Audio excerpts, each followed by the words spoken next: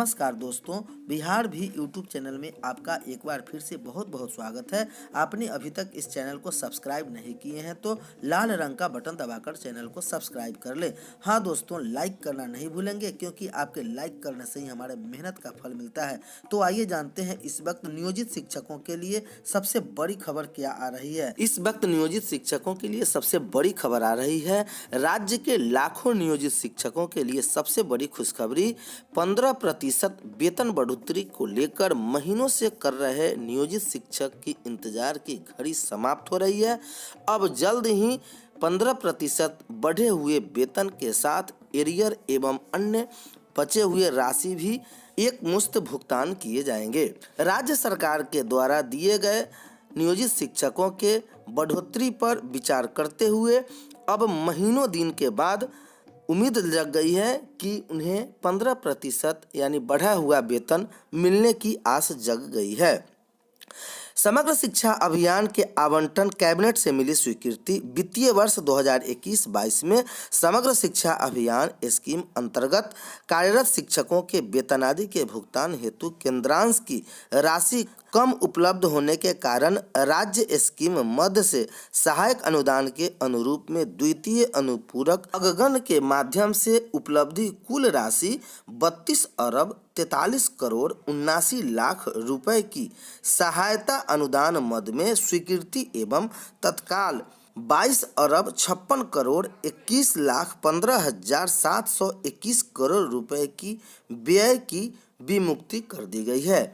इससे प्रदेश के लाखों नियोजित शिक्षकों के रुके हुए एवं एरियर के वेतन के साथ भुगतान किया जाएगा। दूसरी खबर आ रही है, भोजपुरी को प्राइमरी शिक्षा में शामिल करने पर गौर करेंगे विभाग। मुख्यमंत्री नीतीश कुमार भोजपुरी को प्राइमरी एजुकेशन में शामिल करने के सवाल पर मुख्यमंत्री ने कहा कि शिक्षा विभाग इस पर गौर करेगा। भोजपुरी सिर्फ और झारखंड में भी बोली जाने वाली भाषा है। भोजपुरी का बड़ा एरिया है, इसका अंतर्राष्ट्रीय महत्व भी है। अभी झारखंड में जो हुआ वो बहुत गलत हुआ। जब बिहार झारखंड एक था तो भाषा कई जिलों में बोली जाती थी। उसी तरह से मगही का भी महत्व है। आप लोगों को पता होगा कि कई बार हम भोजपुरी के सम्मेलन में गए हैं, हम मगही इलाके के हैं। कभी कभी भोजपुरी में भी बोलने की कोशिश किए हैं। भोजपुरी की बड़ी प्रतिष्ठा है।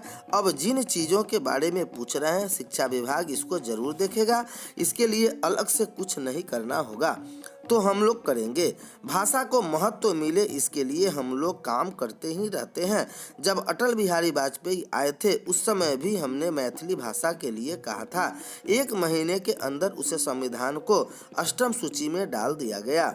मीटिंग में भी हमने अटल जी से कहा था कि जब वे बोल रहे थे तो हम बगल में जाकर फिर उन्हें याद दिलाया। हम बार बार कह रहे हैं कि भोजपुरी सिर्फ हमारी ही भाषा नहीं बल्कि भोजपुरी यूपी में भी है और झारखंड में भी। तो छत्तीसगढ़ में कई लोग यह भाषा बोलते हैं। हम लोग यहाँ जो करते हैं वो तो करेंगे ही। और फिर से इसे भेजने दिल्ली के प्रशांत किशोर से मुलाकात के बाद सवाल पर मुख्यमंत्री ने कहा कि प्रशांत किशोर से मेरा रिश्ता आज का नहीं है। बीच में हमारी तबीयत खराब हो गई और तबीयत खराब होने के बाद फ़ोन से बात करते रहते हैं। जब हम दिल्ली गए थे तो मिलने के लिए आए, उसे राजनीति बात नहीं है। बिहार में कई अन्य जगहों पर मिल सकता है। जमुई में स्वर्ण भंडार को लेकर यह खबर बिहार से आ रही है, जहां ज्यादा रॉयल्टी मिलने में संविधान पत्रकारों के सवाल से जवाब मुख्यमंत्री ने कहा। 10वीं व 12वीं के रिजल्ट में टर्म 2 का रहेगा वेटेज। 60-40 या 70-30 का हो सकता है वेटेज। 10वीं और 12वीं का रिजल्ट टर्म 1 टर्म 2 को मिलाकर तैयार किया जाएगा। दोनों ही टर्म में 50-50% सिलेबस को शामिल किया गया है। अब रिजल्ट में टर्म 1 का वेटेज कम रखा जाएगा। बोर्ड सूत्रों की माने तो वेटेज 60-40 या 70-30 का हो सकता है, लेकिन इसका निर्णय प्राचार्य से आए सलाहकार के बाद अंतिम रूप लिया जा सकता है। आपको बता दें कि केंद्रीय माध्यमिक शिक्षा बोर्ड सीबीएसई के 10वीं और 12वीं रिजल्ट में टर्म 2 के अंक को अधिक वेटेज दिया जाएगा। बोर्ड की माने तो छात्र को टर्म 1 में जितना अंक प्राप्त हुआ है उसके मुकाबले टर्म 2 के अंक को अधिक वेटेज दिया जाएगा। इसके लिए बोर्ड ने तैयारी शुरू कर दी है। अंकों का वेटेज कितना होगा, इसके लिए बोर्ड ने कई प्राचार्यों से सलाह मांगी है। इसमें दिल्ली, गुजरात, कर्नाटक के अलावा बिहार के कई स्कूल प्राचार्य शामिल हैं। प्राचार्यों के सलाह के बाद बोर्ड द्वारा टर्म 1, टर्म 2 का वेटेज बनाया जाएगा। बोर्ड की माने तो कोरोना संक्रमण के कारण टर्म 1 में कई स्कूलों में होम सेंटर बनाया गया था। होम सेंटर पर दूसरे स्कूलों का केंद्र बनाया गया था जिन पर स्कूलों में टर्म 1 परीक्षा हुई थी, वहीं पर मूल्यांकन भी किए गए थे। चूंकि टर्म 1 में सारे प्रश्न वस्तुनिष्ठ प्रकार के पूछे गए थे, 50% सिलेबस की परीक्षा OMR शीट पर ली गई थी। ऐसे में जिन स्कूल में होम सेंटर नहीं बनाया गया था उन्हें मूल्यांकन को लेकर सवाल उठाए तो बोर्ड की माने तो 10वीं और 12वीं टर्म 1 का रिजल्ट जारी नहीं किया जाएगा। इसकी जानकारी बोर्ड द्वारा सभी स्कूलों को दे दी गई है। जेईई एडवांस की परीक्षा IIT मुंबई लेगा। गेट की आसार की जारी।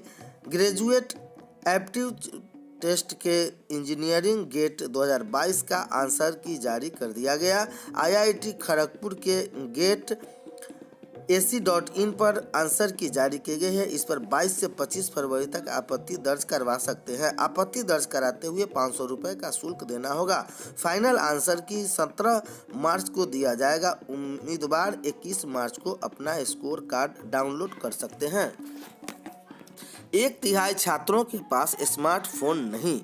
यह खबर आ रही है दिल्ली से, जहां कोरोना महामारी के दौरान में जब दुनिया भर में ऑनलाइन पढ़ाई हो रही थी तब देश में पहली और दूसरी कक्षा में पढ़ने वाले 1/3 छात्रों के घर में स्मार्टफोन नहीं था। वर्ल्ड इकोनॉमिक रिपोर्ट WEF ने अपनी रिपोर्ट में स्पष्ट कहा कि भारत में कोरोना के ग्रामीण क्षेत्र के छोटे बच्चों और युवाओं की पढ़ने से अधिक प्रभावित किया है। WEF की रिपोर्ट के अनुसार देश के ग्रामीणों और पिछड़े क्षेत्रों में शिक्षा व्यवस्था को अधिक नुकसान हुआ है। ग्रामीण क्षेत्रों में रहने वाले सिर्फ 8% छात्र ही नियमित ऑनलाइन क्लास में बैठे हैं। 37% छात्रों की पढ़ाई पूरी तरह ठप रही। इसके साथ ही 2/3 अभिभावकों ने बताया कि संसाधन न होने से बच्चों के पढ़ने और लिखने की क्षमता पर असर पड़ा है। स्कूली बच्चों की पढ़ाई बुरी तरह प्रभावित। दुनिया भर में स्कूल खुल गए, लेकिन महामारी का दुष्प्रभाव ये है कि विश्व में 3.8 करोड़ बच्चों का स्कूल छूट गया है। दुनिया के 11 देशों में 3 से 6 और 14 से 18 वर्ष के 13.1 करोड़ बच्चे मार्च में सितंबर 2021 तक ऑनलाइन चलने वाली 1/3 एक कक्षाओं में संसाधनों के अभाव में भाग नहीं ले सके। इससे उनकी पढ़ाई प्रभावित हो गई। शहरों में भी स्थिति बहुत अच्छी नहीं रही। पूर्व के अध्ययनों से साबित हो चुका है कि ऑनलाइन शिक्षा का होने के बच्चों से अनैतिक असर पड़ा है। जहां ग्रामीण इलाकों में स्थिति बहुत अच्छी नहीं है। पूर्व के अध्ययन के बाद बताया जा चुका है कि बेहद स्थिति नहीं है। कोरोना के चलते स्कूल बंद होने के बच्चों पर अनर्थकारी असर पड़ा है। जब ग्रामीण इलाकों में यह असर है और ज़्यादा गंभीर वही शहरों में भी दिख रही है। स्थिति बहुत अच्छी नहीं है। पूर्व के अध्ययन में बताया जा चुका है कि शहरी इलाके में चिंताजनक स्थिति पाई गई है और छूट गया बेटियों का स्कूल। कोरोना से बच्चे सबसे ज़्यादा नुकसान लड़कियों की शिक्षा को हुआ है। दुनिया भर में 1.1 करोड़ लड़कियों का